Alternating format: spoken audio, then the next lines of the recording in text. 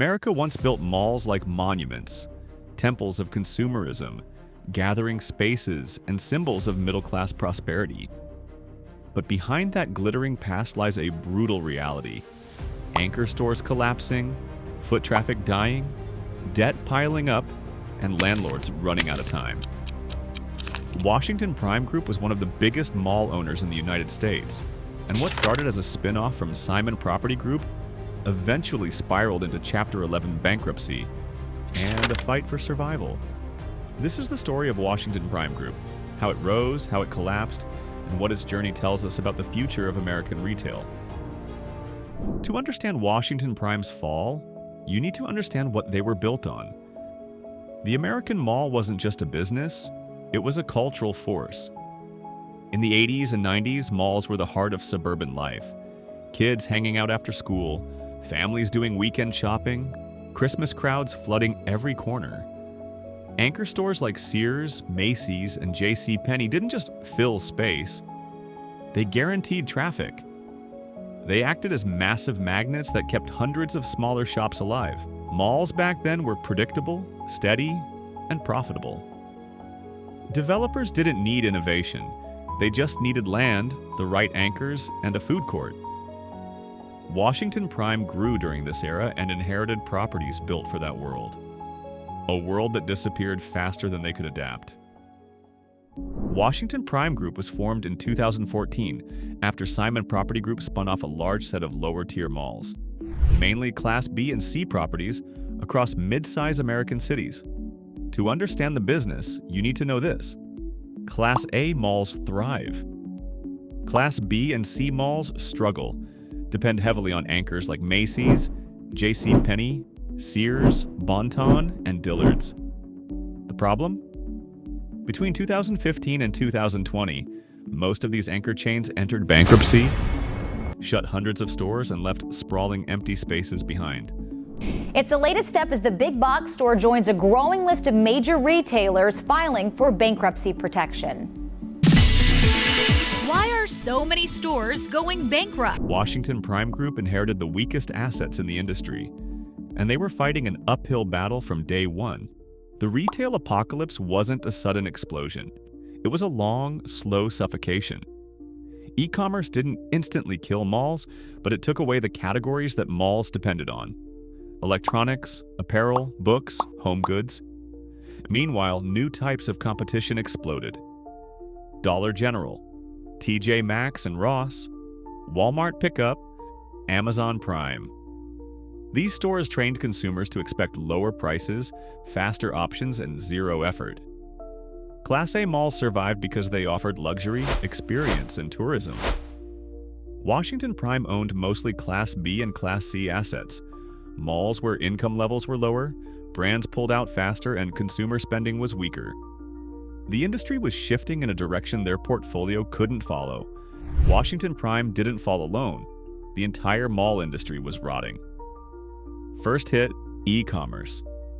Amazon didn't just take market share, it rewired consumer habits. Second hit, department store extinction. Sears collapsed. JCPenney filed bankruptcy. Macy's retreated to only top-tier markets. When anchor stores die, malls die. Third hit, the class divide. Class A malls survived. Class B and C malls, like most of Washington Prime's properties, didn't stand a chance. By the time COVID arrived, this was not a strong industry facing a temporary shock. It was a weakened system collapsing under its own weight. To save these declining malls, Washington Prime Group tried everything. Redevelopment, adding entertainment tenants, bringing in gyms, medical centers, and restaurants, and repositioning malls as town centers. In theory, it wasn't a bad plan. In practice, they were fighting structural decline with limited capital and growing debt.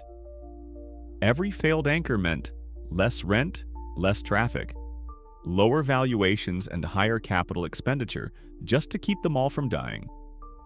Washington Prime Group wasn't just losing tenants, they were losing time, and debt doesn't wait. Then came 2020. COVID shut down malls across the country. Foot traffic went to zero. Rent collections collapsed. Washington Prime Group already had leverage problems. The pandemic turned those problems into a full-blown crisis. By mid-2020, 60 to 70% of their tenants were unable or unwilling to pay rent. Washington Prime Group simply didn't have the liquidity to survive long shutdowns. Investors knew the math didn't add up. The stock went from around $20 in 2015 to literal pennies. At that point, bankruptcy wasn't a question. It was a countdown. By the time Chapter 11 hit, it wasn't a question of if, it was when. When a REIT loses sustained foot traffic, its debt becomes unserviceable. Washington Prime entered bankruptcy with lenders in full control. Equity holders were wiped out. A reminder that in real estate, debt holders always eat first. The restructuring bought time, but it didn't fix the declining communities around their malls. In June 2021, Washington Prime Group officially filed for Chapter 11 bankruptcy. The filing listed more than $4 billion in debt. The company that owns the Southern Park Mall has filed for Chapter 11 bankruptcy. Washington Prime Group made the move last night. Their first hearing is today. The company blames the pandemic, which forced them to close a number of its shopping centers across the country. This move will help them restructure its debt and move forward. Currently, Washington Prime is operating under a forbearance agreement with bondholders and lenders. The company claimed it needed to restructure to continue operating its malls. The plan was simple. Lenders would take equity. Old shareholders would be wiped out. The company would continue operations under new ownership. Company spokesperson released a statement. It says throughout the Chapter 11 process, they expect business as usual at its town centers. Their tenants, sponsors, and employees will keep operating as normal. Bankruptcy didn't kill Washington Prime Group. It rebooted it, just without the people who originally invested. This is the brutal truth of commercial real estate. When the debt is underwater, ownership changes hands. But the malls? They keep running, just under a new capital stack. After the restructuring, Washington Prime Group became a private company. No stock price, no public scrutiny. Just lenders trying to salvage value from distressed assets. The new Washington Prime Group focused on selling off underperforming malls, renovating properties where the math made sense, increasing non-retail tenants, medical, logistics, offices, and repositioning malls as mixed-use hubs. But let's be blunt, you can't renovate your way out of a secular decline unless the location has a long-term demand. Some Washington Prime Group properties are still viable. Many are not. And the company's future depends entirely on which category each mall falls into. Washington Prime's collapse is not an exception. It's a symptom. American malls are overbuilt. Consumer behavior has shifted. E-commerce isn't the killer. Oversupply is. The strongest malls get stronger. The weakest malls get replaced. Washington Prime Group sat on the wrong side of that divide, and their bankruptcy signals the broader truth. If your tenants depend on dying department stores, your real estate is already a liability.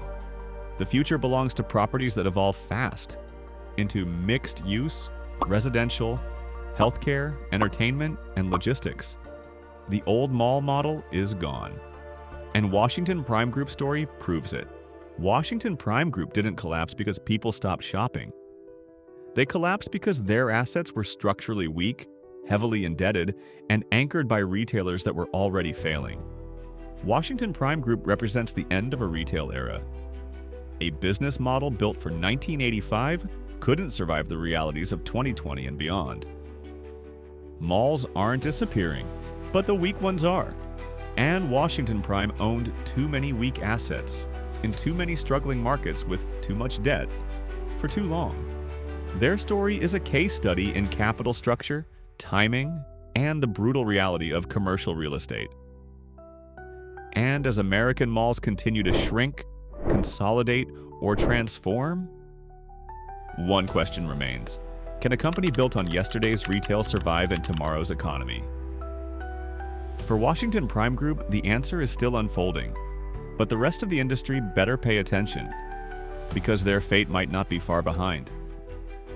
If you want to get into the details and read the full story, check out the complete article from the Pari Passu newsletter.